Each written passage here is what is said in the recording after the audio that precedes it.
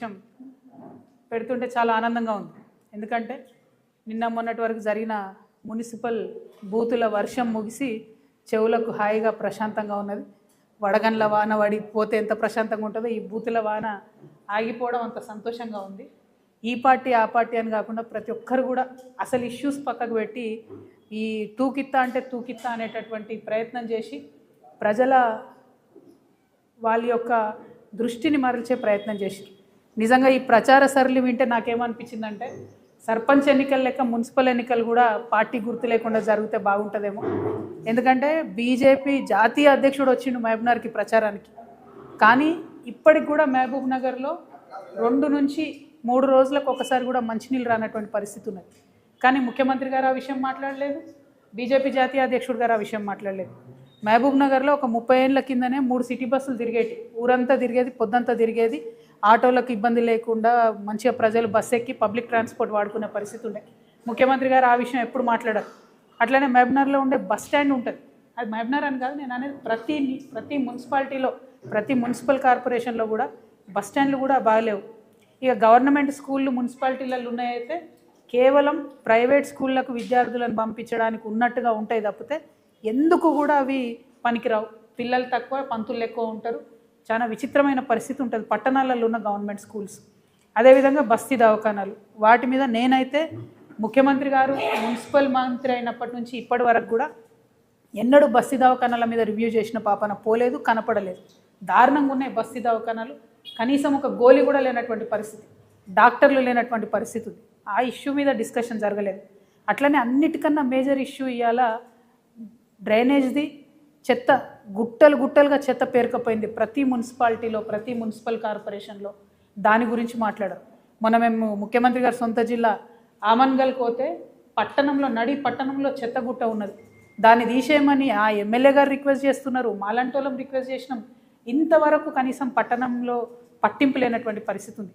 అంటే అసలు అంశాలన్నీ పక్కకు పెట్టి మరి కేవలం ఎన్నికల్లో పార్టీలను తిట్టుకోవడం, వ్యక్తులను తిట్టుకోవడం ప్రచారాలు జరిగినాయి. ఇంకా అన్నిటికన్నా ఎక్కువ మున్సిపాలిటీలలో రిటైర్డ్ ఎంప్లాయీస్ చాలామంది ఉంటారు. మనం కరీంనగర్లో మొన్న చూసినాం, రిటైర్డ్ ఎంప్లాయీ ఒకరు బోర్డు పెట్టారు, మమ్మల్ని నాయకులు ఓట్లు అడగకండి, మాకు ఇంతవరకు రిటైర్మెంట్ బెనిఫిట్లు రాలేదు అని. నిజంగా పట్టణాలలో ఉండే బుద్ధిజీవులను నేను అప్పీల్ చేస్తూ ఉన్నాను, దయచేసి మంచి వాళ్ళని ఎన్నుకోండి. ఈ పార్టీ ఆ పార్టీ అని కాదు, వస్తే హంగ్ వస్తుంది మున్సిపాలిటీ, ఇబ్బంది ఏం లేదు. ఎందుకంటే మున్సిపాలిటీలో ఒక దగ్గర బీజేపీ బీఆర్ఎస్ దోతి చేస్తున్నారు, ఒక దగ్గర బీజేపీ కాంగ్రెస్ కలిసి ప్యానెల్ చేస్తున్నారు, రకరకాల అరేంజ్మెంట్స్లో ప్యానెల్స్ అవుతున్నాయి, నష్టమేం లేదు. మంచి వాళ్ళని ఎన్నుకోండి దయచేసి.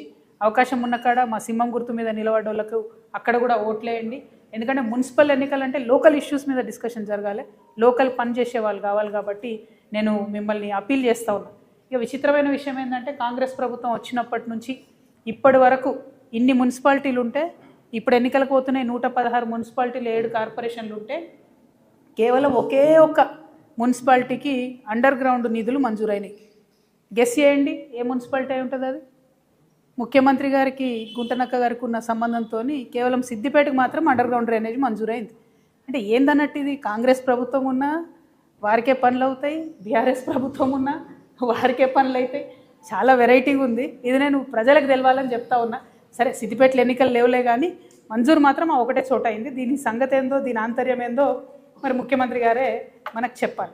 ఇది పక్కన పెడితే మరి బడ్జెట్ సమావేశాలు రాబోతూ ఉన్నాయి ఫిబ్రవరి 26వ తారీఖు నుండి.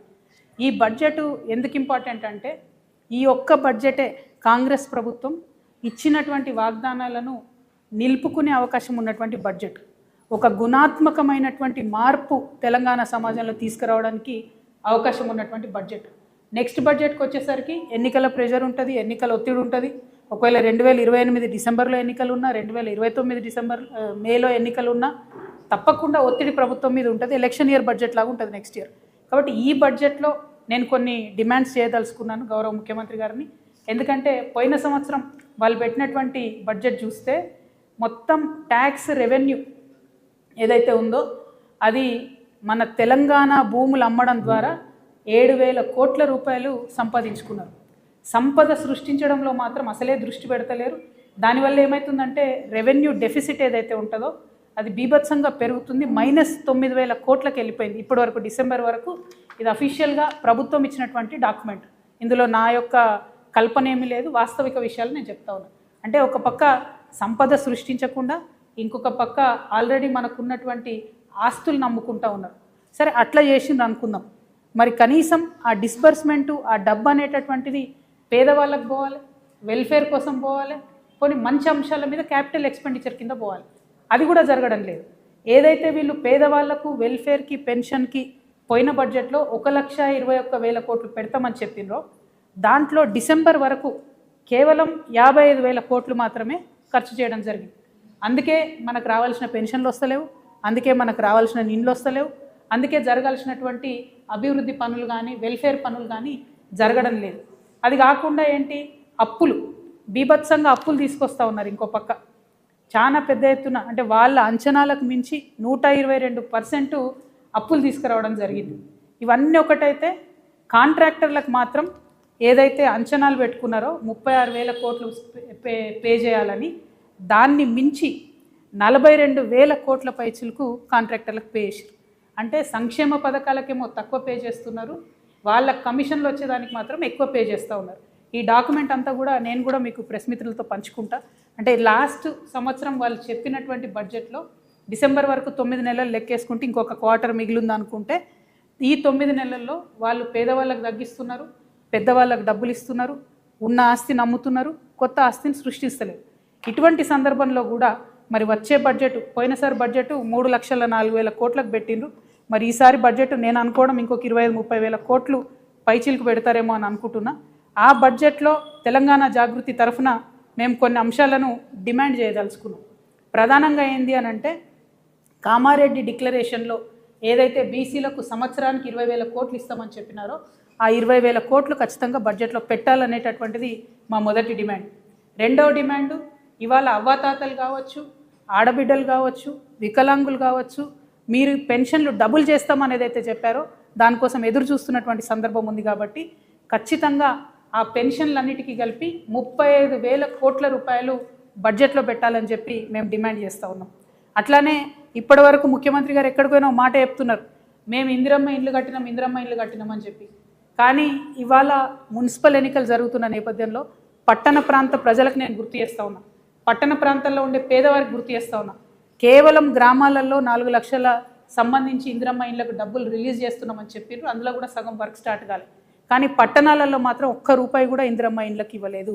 సో నేను డిమాండ్ చేస్తూ ఉన్నా, మీరు ఈ 26వ తారీఖు తర్వాత పెట్టే బడ్జెట్లో మీరు పేదవాళ్ళకి ఏదైతే ఇండ్లు 22 లక్షల ఇండ్లు కడతామని ఒక లక్ష్యం పెట్టుకున్నారో అది పూర్తి కావాలంటే ఈ సంవత్సరం 8 లక్షల ఇండ్లకు 25,000 కోట్ల రూపాయలు ఖచ్చితంగా బడ్జెట్లో పెట్టాలని తెలంగాణ జాగృతి తరఫున డిమాండ్ చేస్తూ ఉన్నాం. అట్లానే ఉద్యమకారులకు మీరు ఏదైతే మాట ఇచ్చారో 250 గజాల భూమి ఇస్తా అని చెప్పి ఆ మాటకు కట్టుబడి దానికి సంబంధించిన ప్రావిజన్స్ని ఖచ్చితంగా బడ్జెట్లో పెట్టాలని నేను డిమాండ్ చేస్తూ ఉన్నా. అమరవీరుల కుటుంబాలకు 25,000 రూపాయల పెన్షన్ ఇస్తామని మీరు ఏదైతే చెప్పారో దానికి సంబంధించినటువంటి ఒక అంశాన్ని బడ్జెట్లో చేర్చాలని నేను డిమాండ్ చేస్తూ ఉన్నా. ఆటో డ్రైవర్లకు 12,000 రూపాయలు ఏదైతే నెలకి ఇస్తామన్నారో దానికి సంబంధించిన అంశాన్ని బడ్జెట్లో పెట్టాలని నేను డిమాండ్ చేస్తున్నా. అట్లనే కళాకారులు, తెలంగాణ వ్యాప్తంగా ప్రతి గ్రామంలో కళాకారులు ఉన్నారు. మరి ఆ కళాకారులకు ఒక మంచి ప్రావిజన్ ఉంది. ఈ ప్రభుత్వం, రాష్ట్ర ప్రభుత్వం కళాకారులను గుర్తించి గుర్తింపు కార్డు ఇచ్చి 500 రూపాయలు ఇస్తే చాలు. కేంద్ర ప్రభుత్వం నుంచి 5,500 రూపాయలు వచ్చే పథకం ఉన్నది.